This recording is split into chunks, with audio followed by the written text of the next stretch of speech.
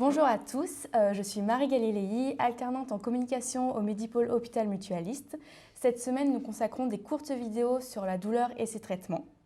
Aujourd'hui, nous allons parler d'un traitement particulier puisqu'il s'agit d'un gaz qui est le Méopa. À côté de moi, j'ai Céline, donc je vous laisse vous présenter. Alors bonjour, je suis Céline Giraud, infirmière au département douleur et à l'hôpital de jour.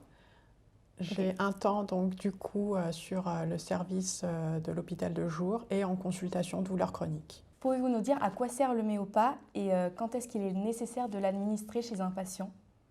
Alors le Méopa, c'est un gaz qui s'administre, qui s'inhale et qui est donné en prévention des soins qui risquent d'être douloureux. Qu'est-ce qu'il y a dans le Méopa? Il y a de l'oxygène et de l'azote. Et ça permet en fait d'être détendu. D'accord. Et qui peut prendre ce gaz?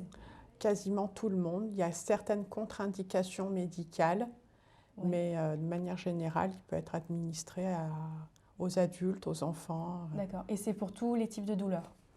En fait, c'est en prévention d'une douleur. Donc c'est avant... C'est pas vraiment un traitement pour la douleur, c'est plutôt en prévention d'une douleur ou d'un geste qui pourrait être potentiellement douloureux. Ok. Il permet de sédater un peu, d'être détendu, de se relaxer. Ça calme aussi l'anxiété. Comment on jauge le dosage du Méopa? Est-ce que ça change selon les patients, selon les enfants, selon les adultes, selon le type de douleur?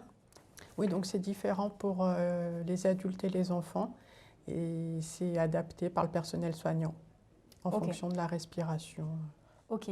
Et combien de temps le gaz fait effet chez le patient? Alors le gaz fait effet, en fait il faut 3 minutes pour qu'il fasse effet avant le soin et il s'arrête très rapidement après usage. Ok. Avez-vous des exemples d'interventions où le Méopa est le plus souvent utilisé? Oui, pour les gestes potentiellement douloureux, aux urgences pour les enfants, éventuellement pour des réductions pour des luxations, pour des plaies, pour des points de suture. Ok. Et c'est plus utilisé pour les enfants ou pour les adultes? C'est utilisé pour les deux. Ok. Est-ce qu'il est dangereux d'en prendre souvent ou est-ce qu'il y a des effets secondaires? Alors, souvent, oui, on peut pas l'administrer de manière prolongée, mais on peut en avoir pour des soins de courte durée.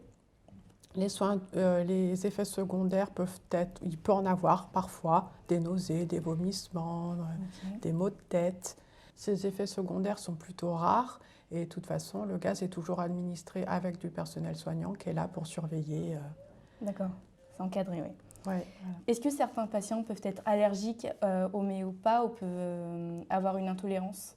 Alors, il n'y a pas d'allergie connue au Méopa. Par contre, effectivement, la tolérance, certains patients peuvent être moins bien tolérants à cause des effets secondaires, comme les nausées. Est-ce que vous pouvez nous montrer à quoi ressemble ce masque? Oui, bien sûr.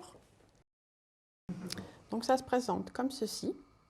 D'accord. Il y a le masque, le ballon rempli donc par le gaz. Et donc là, nous avons la bouteille avec le mélange de gaz. D'accord.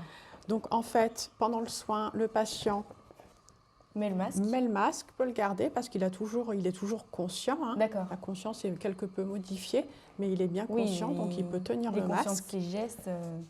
Si vous voulez essayer. Donc je le mets comme ça. Voilà, comme ça. Et puis, du coup, il faut bien respirer. Inspirer. Oui, on respire normalement dans le masque et ça détend le patient. Et à chaque inspiration, le masque va se dégonfler. Donc, ce qui va... Oui, c'est le mouvement avec le mouvement de la respiration. Ce qui correspond du coup à l'inhalation en fait du produit. Et on le laisse allumer entre guillemets tout le long du soin. Voilà, toute la durée du soin. Et dès que le soin est terminé, on l'arrête et les effets se dissipent très rapidement. Ok. Alors, si la personne est intolérante au Méopa, est-ce qu'il y a d'autres méthodes pour le soulager?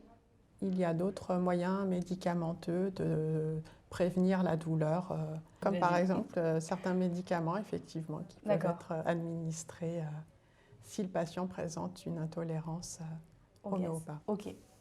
Merci pour toutes ces précisions et on se retrouve prochainement dans une nouvelle vidéo pour parler de la douleur et de ses traitements.